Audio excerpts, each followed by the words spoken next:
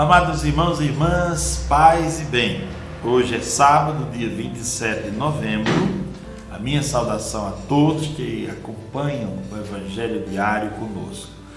Você pode acessar sempre pelo YouTube, mas estamos com uma parceria com a Tribuna do Sertão. Por lá também você pode entrar no nosso Evangelho, enfim. O importante é que você tenha acesso à Palavra de Deus. E não esqueça de começar a me seguir, ativar o seu sininho. Saiba que todas essas coisas eu faço com profissionais, com coisa tudo bem organizado, então há também uma despesa. Por isso que quando você se inscreve, o canal ganha mais força e a gente pode com isso pelo menos ajudar um pouco nas despesas, não é? Bem, o Evangelho de hoje é Lucas capítulo 21, versículos de 34 a 36. Naquele tempo disse Jesus a seus discípulos: tomai cuidado para que vossos corações não fiquem insensíveis por causa da gula, da embriaguez e das preocupações da vida. E esse dia não caia de repente sobre vós, pois esse dia cairá como uma armadilha sobre todos os habitantes de toda a terra. Portanto, ficai atentos e orai a todo momento, a fim de teres força para escapar de tudo o que deve acontecer e para permaneceres ou ficardes em pé diante do Filho do Homem. Palavra da salvação, glória a vós, Senhor. Estamos ainda falando sobre as últimas coisas e hoje, nesse texto, Jesus diz, ou dá algumas indicações muito interessantes. Ele fala sobre a necessidade de viver com lucidez neste mundo, sabe? Não viver neste mundo como alguém que está embriagado. O que é uma pessoa embriagada? É alguém que está fora de si, que não percebe a realidade como ela é, que percebe a realidade de maneira turva. E o lúcido, quem é o lúcido? O lúcido é aquele que consegue perceber além da aparência. Ele consegue descortinar as realidades e ir de maneira profunda e tocar a essência das coisas. Essa é a pessoa lúcida. Então o Evangelho de hoje nos fala sobre isso. Jesus diz: tomai cuidado para que vossos corações não fiquem insensíveis por causa da gula, da embriaguez e das preocupações da vida. A grande questão aqui é o coração. Quer dizer, o coração como centro, não como lugar só dos sentimentos, mas na Bíblia o coração é o lugar onde acontecem as decisões, é o centro da decisão. É tanto que os monges do deserto diziam assim: o demônio tenta entrar pelos seus pensamentos para depois tentar chegar ao trono, que é o coração. Ganhar o trono do coração, que é o lugar onde você toma as decisões. Então, cuidar do coração, para que o coração não fique embriagado, não fique insensível. A gula aqui significa a avidez pelas coisas, significa uma abundância que lhe tire a sensibilidade. A abundância é coisa boa, Deus não é contra a abundância, mas a abundância não pode tirar a sensibilidade do homem. Então ele fala que vossos corações não fiquem insensíveis. Não perca a sensibilidade do seu coração por nada. Às vezes eu vejo com tristeza gente jovem até, que vai levando a vida de baile em baile, de coisa em coisa, de farra em farra. Tá certo, são jovens, estão ainda aprendendo o que é a vida, mas é preciso que chegue um momento em que esse coração se torne sensível. Há um outro conto interessante, esse é um conto de Evagrio, que foi monge, né? Evagrio dizia que dentro do nosso coração existe um poço de uma água cristalina.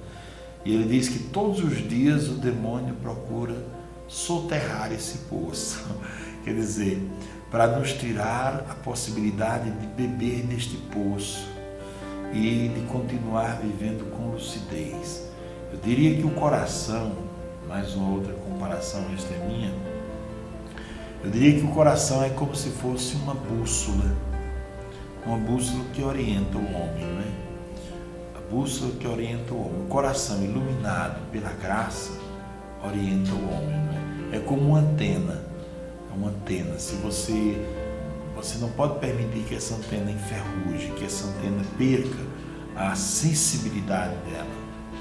Então é preciso, como dizem os antigos monges, é preciso cuidar do coração, custodire il cuore. Pois bem, por causa da gula, da embriaguez, que é outra coisa que pode nos tirar a lucidez, né? Mas aqui não se trata de embriaguez só de bebida, se trata da embriaguez diante das coisas. Você vê que às vezes as pessoas ficam como se estivessem embriagadas diante do poder, diante das possibilidades, né? E elas ficam como se estivessem ali fora de si, né? Diante da possibilidade de ter isso, aquilo, de ter essa possibilidade ou aquela, não é? Então, viver embriagado. O que é uma pessoa embriagada? É uma pessoa que não tem senso da realidade. Uma pessoa embriagada deitada numa calçada, uma pessoa embriagada deitada num monturo de areia, é alguém que perdeu a sensibilidade. Ela precisa recuperar a sensibilidade. O coração precisa ser de novo essa bússola que faz a existência sentir que há um sentido nas coisas, perceber que há um sentido nas coisas. Então, o embriagado aqui representa a pessoa que perdeu a sensibilidade, né? Você pode, por exemplo, no seu casamento, estar tão embriagado com relação a alguma coisa, de modo que você perca a sensibilidade com sua esposa, de dar um bom dia, de dar um beijo, de perceber quando ela faz, às vezes, um tratamento no cabelo, numa coisa. Tudo isso é para você, o esposo, é para você que ela faz, né? Outro dia uma senhora me disse, né? Eu estava celebrando em Patos, na igreja, muita gente. E ali uma senhora disse: padre, por que às vezes nossos esposos não percebem, nossos maridos não percebem quando a gente faz um trato especial? Que é para eles que a gente faz tudo isso. Essa insensibilidade, essa falta essa embriaguez, né? Quer dizer, a pessoa está tão preocupada em assistir aquele jogo daquele dia e não percebe, né? Às vezes a mulher está precisando de uma ajuda, às vezes ela está precisando de alguém que escute, de um momento de diálogo a dois, mas a pessoa está embriagada com o jogo que vai passar daqui a pouco, ou com uma situação ou outra, ou com um evento que a pessoa vai. Então não deixe que nada lhe embriague. Não perca a sensibilidade com as pessoas. Dá bom dia às pessoas que você encontra, abraçar, falar direitinho com as pessoas. Quando você estiver com uma pessoa, esteja presente aos 100%. Mostre que você está com ela. Lá em casa mesmo, minha mãe, na hora do almoço, ela proíbe o celular. E ela está muito certa, né? Então lá em casa, eu e o Padre Antônio, meu irmão de sangue, nós almoçamos com a Dona Francisca sem o celular, né? Era de celular na hora de almoço e janta não. Na hora de refeição aqui, nada de celular.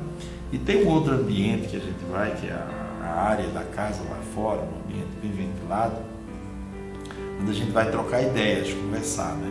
E ali também a gente não fica mexendo muito na internet, porque é um momento nosso. É um momento em que não podemos nos embriagar com a internet, com coisa nenhuma. Nós devemos, pelo contrário, aproveitar a presença uns dos outros. Então Jesus fala: tomai cuidado para que os vossos corações não fiquem insensíveis. Conviver com uma pessoa insensível deve ser uma coisa difícil, né? Uma pessoa que não tem sensibilidade com nada, não se preocupa com ninguém, é difícil. Bom, Jesus fala sobre isso, porque ele diz que o coração de vocês não fique insensível pela gula, pela embriaguez, ou por causa das preocupações da vida. para que este dia, e aqui nós podemos falar do dia do chamado de Deus, do dia da morte. Nós temos medo de refletir sobre esse dia, mas é um dia que virá para todos. Graças a Deus que nós não nascemos sabendo o dia que a gente iria morrer, né? Porque podia morrer uma semana antes ou um mês antes, né? De um infarto, né? Uma coisa assim. Mas esse dia do encontro com Deus não aconteça como uma armadilha, que você não seja pego assim, fora de si, embriagado. Portanto, ficai atentos, quer dizer, ficai vigilantes e orai. Veja aqui o pedido de Jesus. Quando eu era seminarista, eu não tinha consciência que eu tenho hoje, que a oração, primeiro, a oração não é um momento para convencer Deus de nada. Eu vou rezar para pedir a Deus tal coisa, convencer Deus que eu preciso disso. Não é para isso. A oração é um momento para dialogar com Deus e na oração me conhecer cada vez mais, porque é isso que acontece. Na oração, à medida que eu mergulho em Deus, eu mergulho também em mim mesmo. E eu tomo consciência de quem eu sou. Então, não rezar pensando que a oração, às vezes a gente tem muita superstição e pensa, essa é a oração forte, aquela outra oração é forte, mais do que essa, assim. Construímos um edifício de reflexões sobre a vida da oração que às vezes não corresponde à verdade. Então, ficai atentos, orai a todo momento, a fim de teres forças para escapar de tudo que deve acontecer. E mais do que isso, Jesus diz, não só escapar, mas para ficar em pé diante do Filho do Homem. Ficar em pé significa